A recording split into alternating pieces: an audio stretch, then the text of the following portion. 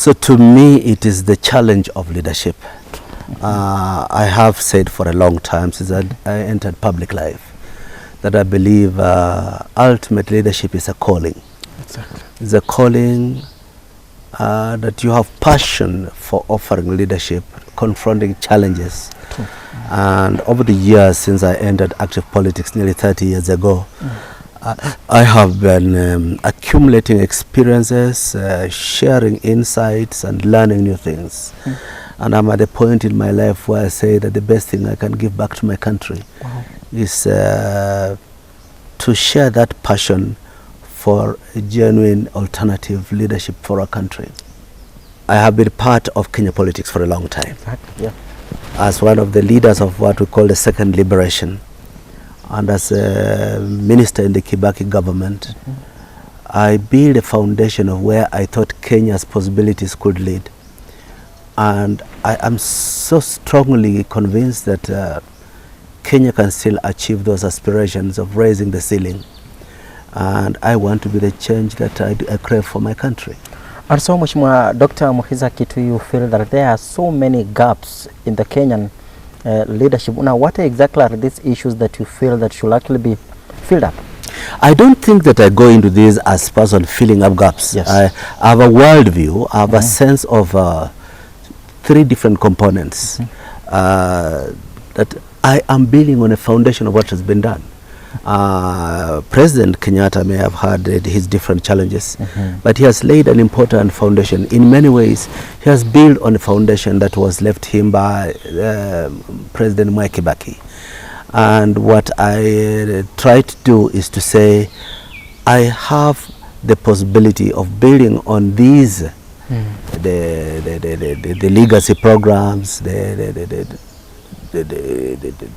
the work that he has done to progress what had been started by President Kibaki, what he has infused on his own in his priorities, but also on the basis of my exposure on international dynamics, particularly on investment. I say we urgently, as a country, need to unlock the possibilities of investment to grow enterprise in Kenya as the basis of creating the critically necessary employment opportunities for a lot of the hurting young men and women. Maybe much more Kenyans do say that you are actually the best leader that Kenya actually need. However, the missing link here is the issue about the Kenyan politics, which many perceive to be so much tribal. How are you coming in to actually try to swear or to actually sway and lower the minds of the Kenyans that okay, politics or leadership is not actually about tribal? And I understand you come from a region where there's so much inclination or tribal inclinations, tribal formations that are for this 2022 at least we have to ascend to power as a particular region. I don't think that this country owes any tribe political leadership. I don't think there's any ethnic entitlement. In fact, people who have in the past acted as if there's an ethnic entitlement have been people who are not from the region where I come from. And I don't think that the Luhya community in any way feels like it's an entitlement for them to lead. But having said that, there is a legitimate craving that we want the best for Kenya. But the God who has given leadership qualities in the houses of the different communities of Kenya was not so mean as to confine it to the Kalenjin and the Kikuyu community only. So legitimately they say, okay, after more than half a century, it's about time we look a bit further afield. And so to my mind, I approach this as saying, it will be a privilege if as a Luhya, I demonstrate that I can be a national leader coming out of the house of Mlembe, but not as an ethnic entitlement that now it's the turn of Luyas to it. That is one level. The other level is, I know there's a lot of passionate support that I found when I did my homecoming a month ago, and are people who are awakening to the desire that they also want to play on the larger stage. To me, the challenge is, how can we talk to their hopes without exclusive promises of advantage? How can we say that the best for them is their rightful share, but not to load it over others the way some have done? And that balancing act between keeping their hopes and dreams alive and keeping a mature and adult national responsibility alive is, I think, to me, the balancing act of a responsible leader. And I understand, Mheshimiwa, during your launch of your presidential bid, you did actually say that you are actually going at the ground level to actually try and seek, or maybe try to get their blessings. To get their blessings. Their support. Yes. Before I launch. I have not launched my presidential campaign. Yes. And that will be a very public and very well organized event. Yes. At the Serena, I held an international press conference on my return to the country. Yes. After resigning from the United Nations. And I did promise that by the decorum of where I come from, yes, we respect our people, that you come to them and say, I represented Kenya well. Yes. I did not steal. Wow. I did not hurt international enterprise. I kept the name of Kenya in a very credible, verified company. And now I've come back home. I've set the foundation. I've done the home trip. I've come back to Nairobi, intensified consultations, sat together with the teams constituting a political party, setting up communication infrastructure, outreach to identify key influencers and mobilizers that are ready to work with me. And we are kind of camera ready for a number of activities, which most of which will have to be rolled out after the current lockdown is over. So by now you have the blessings of the Mlembe people or the Kenyans? You know, the blessings of the people ultimately come when they vote for you. True. I have presented myself as a serious contender for leadership to my intellectual peers, whom I continue to engage, to some key relatives, elders from our own community, to some opinion leaders from the Luya nation, and some key players in national Kenyan politics.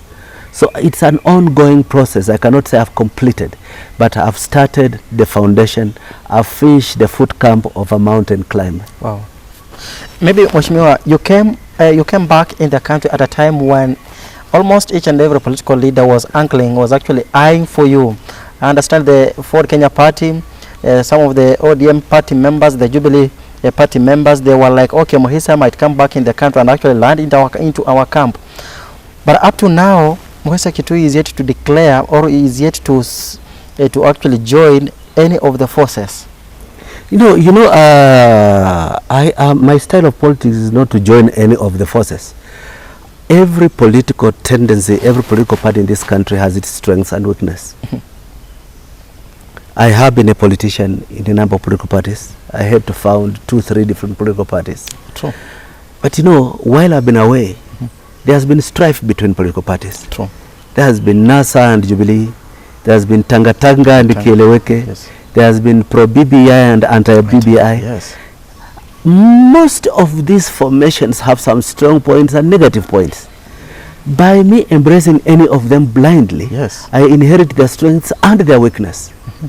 I will reach out to like-minded leaders in different political parties who share my passion for national renewal and for building Enterprise Kenya and showing fidelity to the vulnerable, the hurting Kenyans who are suffering from hopelessness. Mheshimiwa, this one just on a light note. After your press briefing at Serena, about several weeks after that, you are spotted in one of the places in the country with some of the political leaders, including the ODM party leader Raila Odinga, Atuoli, Kotu boss Francis Atuoli, James Orengo, among others. Okay, so yes, I attended the birthday party of Raila Odinga at his residence. Is that supposed to be surprising? I make no secret of the fact that I meet Raila regularly. Yes. We've been personal friends for many years. So there was nothing, maybe sort of an equation of 2022? No, I discussed politics with Raila. True. But we were not discussing it at his birthday party. There was a mixed house with people, some I don't totally agree with politically, some I agree with. So it was not a political discussion. True. It was an by invitation only party, which I attended, and I thanked Raila for inviting me. Wow. But I've also had occasion, like when I had a meeting, a lunch with Raila and Kibuda Kibwana, that was a political event. We discussed politics, and I continue to meet a lot of other Kenyans. And this country is going to see a lot more of that in the coming months. Mheshimiwa, Kenyans do yearn for a great leader, somebody transformative, with a transformative development track record, a visionary leader. And they say that it's either Mukhisa Kituyi Mheshimiwa Kibwana, Governor Kibwana. But then with the current situation in the country, they say that this might actually be a pipe dream. You know, it can be both a Kenyan yearning and a pipe dream. It's either a pipe dream by those of us who don't understand what the Kenyans yearn for, yes, or it's a reality because Kenyans are yearning for it. I believe that Kenyans are capable of being consumers of progressive, informed, dignified politics. Professor Kibwana and I are very good friends, and we definitely have locked our steps. Wow. We are part of a slowly building team which shares a passion for unlocking the potential of Kenya, doing what it takes to help rebuild this country after the COVID crisis. Wow. So there is no cross-purposeness between me and Kibwana. We are not alone. We have a lot of others, but we are among those ones who genuinely can take each other's back. So we have no problem with that. But these consultations are going on, and at an appropriate time, you'll start hearing a lot more wider announcements of what we're being able to do. Wow, with Mukhisa and Kibwana. And others. Wow. Yes. Maybe let's talk about the current debate about the constitutional amendments through the Building Bridges Initiative. Mheshimiwa, what is your view in regard to that? Do you feel that this is now the right time for us to go for the constitutional change? In the middle of a depressed economy, struggling to cut down the recurrent expenditure, salaries and government services, trying to reduce the cost of government to the taxpayer, trying to deal with a growing, expensive domestic and external debts. As you see, IMF telling us we must start downsizing universities, we must start downsizing public service, we must start winding down unprofitable public parastatals. At such a time, I don't think it was very prudent for us to be creating 70 new constituencies with attendant cost to the exchequer. Exactly. So I would have said this was not the right optics of showing fidelity to the challenges we're facing as an economy. But I am not using that to say I'm opposing BBI at this stage. I'm saying let's finish with the BBI. Let's hold a credible, democratic, peaceful election. Whoever inherits power, and I hope I'm the one who's taking that power, I'll have to deal with the challenges of downsizing the political bureaucracy, which is a substantial burden to the taxpayer at a critically important time when we're struggling to rebuild the economy. With the current Mheshimiwa BBI plebiscite coupled with the COVID-19 pandemic, there is information that I don't know whether it's a cat and mouse game to actually try and push or postpone the 2022 general election. Will you be comfortable, Mheshimiwa? I do not respond to speculation. I have not had any formal statement from any credible authority suggesting a postponement of elections. And I refuse to be drawn into such speculation. True. Yeah. Maybe, Mheshimiwa, let's talk about the current calculations, or some of the leaders are actually trying as much as possible to calculate how they will also form part of the 2022 government. And you realize that some of the leaders are even opting to go for the cabinet secretary, and now actually eye for the parliamentary position, so that should the BBI process actually pass the referendum, they can actually be in a position to also be nominated or appointed to the cabinet positions. So maybe for you as Mukhisa Kituyi, should you maybe fail to if I am looking to be appointed minister, I will not run for president. Yes. I will run for member of parliament. Yes. I am not running for member of parliament. Maybe how will you advise the Kenyan government in the fight against the COVID-19 pandemic? No, I am not an authority on government action about the pandemic. I have shared my views before with government at all levels and through the media sometime. I believe COVID is a painful reality. True. Yesterday, a dear friend of mine succumbed to this problem. And I know a lot of people who are down with it, struggling, including some close political allies. I totally agree with President Kenyatta that we need firm action at critical moments like this. I wish that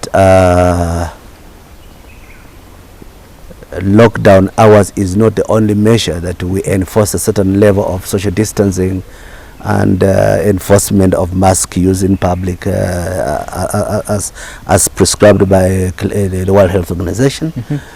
But I also say that as appreciation of the pain that the lockdown and the attendant challenges of COVID is causing to the poorest and the most vulnerable among us, government should have reintroduced what it did last year, which is some subsidy to reduce the pain for the most vulnerable. And I have been suggesting that the VAT imposed on petroleum could either have been reduced or suspended, particularly in the period of the lockdown, as a statement of solidarity with the vulnerable. I have been talking to leaders of industry and enterprise who have also been besieging government with the proposal that the 1% minimum tax should be lifted, at least during this difficult moment. So there's always a desire out there for a stimulus, some form of public resource envelope that can help to ease the pain, both for business and for workers and for the vulnerable. Yeah. You are part of those who received the AstraZeneca vaccine. Yeah. Maybe how will you comment about the process, the vaccination? Yeah, you know, there are two things that are really a bit upsetting to me. You know, the arrival of social media has made everybody an expert on immunology. A person reads a fake story on Facebook and they embrace it religiously, they start spreading it like a gospel truth. The consequence is that you have a lot of vulnerable persons who are getting the wrong signals about this, the safety of medication. The Pope took AstraZeneca.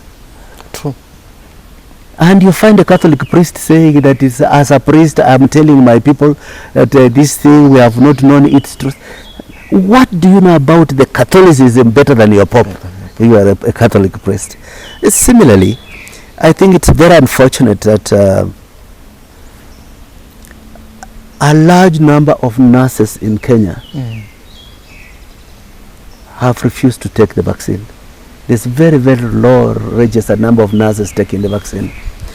You know, in some countries, frontline workers who confront patients like nurses will be compelled to take the vaccine, otherwise change jobs. And I just wish that our nurses could understand that they are not the greatest experts on immunology in the world, that their superiors understand the challenge. Why should doctors and professors of medicine be more trusting of a vaccine than nurses? And yet the nurses have much more direct, regular contact with a lot of citizens. And therefore their potential to be spreaders is very, very significant. Wow. Yes, I took the vaccine. And yes, I've been seeing when they hear that 6 people have had blood clots. Yes, yes. Out of 7 million people have taken it. They say, oh, this thing can good blood clots. How many people are dying because they did not take the vaccine? And these 6 people have not died. They just had blood clots out of 7 million. I think it's sensible that we do encourage as many people as possible to take this vaccine. Wow. It will be good for us to reduce the burden of lockdown now, to grow a herd immunity in the population and to return to normal life. Wow. Yeah. Finally, is there a possibility of Mheshimiwa Dr Mukhisa Kituyi forming an alliance with the Deputy President William Ruto? No. Why? There isn't. We belong to totally different worlds. Wow. We have very, very different histories. And I think our sense of what public responsibility is are very different. Totally different. Is there a possibility for Mheshimiwa forming an alliance with the Mheshimiwa Raila Odinga? I do not want to go into many speculations, but I just know that it's difficult for me to conceive of Kituyi and Ruto being in an alliance together. Well, how about Raila Odinga? I don't want to start now rolling out, you name these different people I tick or cross. I will talk to a lot of people who are like-minded, and Raila and I share history, and we have certain values are together, and we talk together. We're talking on different levels, but that's very different from me talking with Ruto about an alliance. Wow. Yeah. How about your friend Musalia? I don't want to start trolling with names like that. I took the first two, and that's enough. Thank you so much, Moshe. Maybe just on a light note, Yes. One of the MPs claimed that you have to pay back the debts for some of the funerals in the western part of Kenya. Have you begun? Yes, I saw that. That interesting thing. You know, that member of parliament is an evangelical preacher man. And as a preacher man, of course, he built his career addressing funeral meetings. I would help send him to full-time employment as a preacher at funerals. That is it. Yeah. Thank you so much, Mheshimiwa. That was Dr. Mukhisa Kituyi, one of the presidential candidates come 2022. Mheshimiwa, we do wish you all the best. Thank you. Thank you so much. My pleasure. Thank you.